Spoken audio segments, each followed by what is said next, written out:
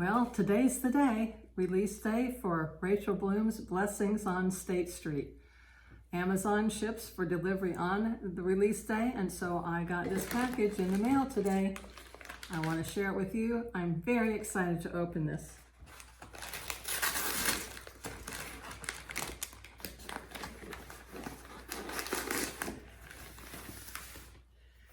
Here it is. Here it is. Blessings on State Street. Oh my goodness. Grieving widow Abigail Preston wants nothing to do with Christmas this year. When she discovers her late husband owned a waterfront home in quaint, cozy community of Blessings Bay, she figures it's time, place for the perfect holiday hideout. Except there's one problem, an unexpected and distractingly handsome house guest. Now, I will tell you, I have already read this book because it came out in an anthology last year, but this one has some additions in the print version. Acknowledgements. Oh my goodness, this says, it takes countless hours and tireless hands to take an idea to a finished novel. From Gwen, who inspired the story, to the final review of my advanced reader team. I wasn't on the advanced reader team for this one. I didn't get to see this one before it's in print. There are a few names you'll see time and time again, and I'll never tire of thanking them. She thanks her family. She thanks me. She said, you not only allowed me to write this story, but also supported its launch in a myriad of ways, including hosting a reader's retreat in your lovely home. That reader's retreat is coming up in November. So be sure to look at our blog on blessingsonstate.com, and you can get information about that. You can buy a 3-day pass to come to Jacksonville and shop and dine and meet Rachael and decorate Christmas trees, have lunch with Rachael, and then have her sign your books in the evening. And there's a brunch on Sunday and pretty cool swag bag with, I'm sure, a copy of this book and some other surprises that Rachael and I are putting together for you. Oh my goodness. About the author. And this says, interview with Innkeeper Gwenn.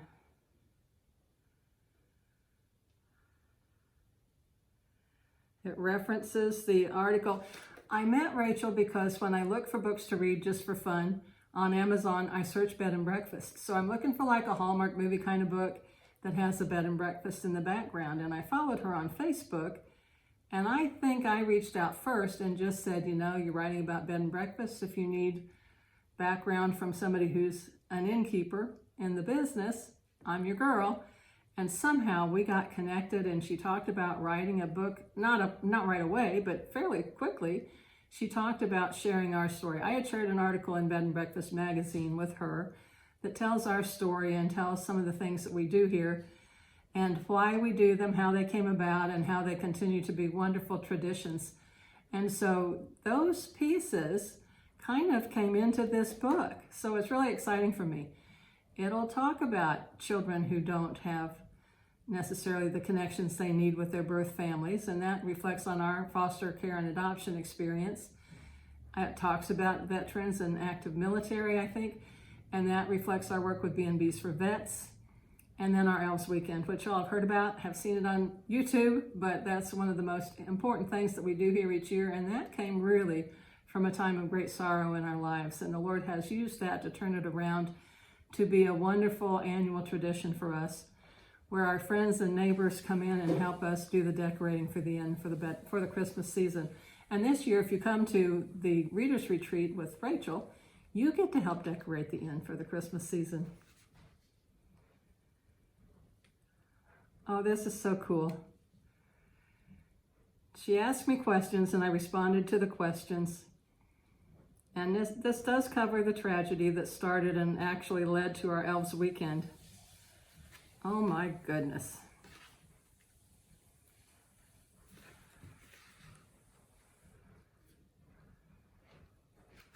Well, it talks about our blessings bags. That's our way to contribute to the community. We put together kind of overnight go bags for kids who come into care or who are placed in a situation of being separated from family and need the basics for an overnight stay. Those are our blessings bags. And boy, I can tell you, guests who've stayed with us and friends and neighbors here have contributed mightily to that program.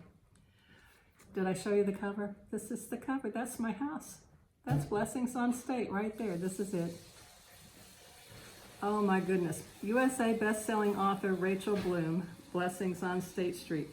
A Blessings Bay Christmas. And this started out being a standalone book, but now it's a prequel to a series, the Blessings Bay series. So the people that you meet in this book, I think you'll see again as this goes on. Oh my goodness, the dedication. The dedication's to me. It says, Gwen, for your kind, generous heart and your enduring Christmas spirit. Okay, you got me. Well, so I can't read any more of this, actually. I don't know what anything else says from here. Well, oh my goodness.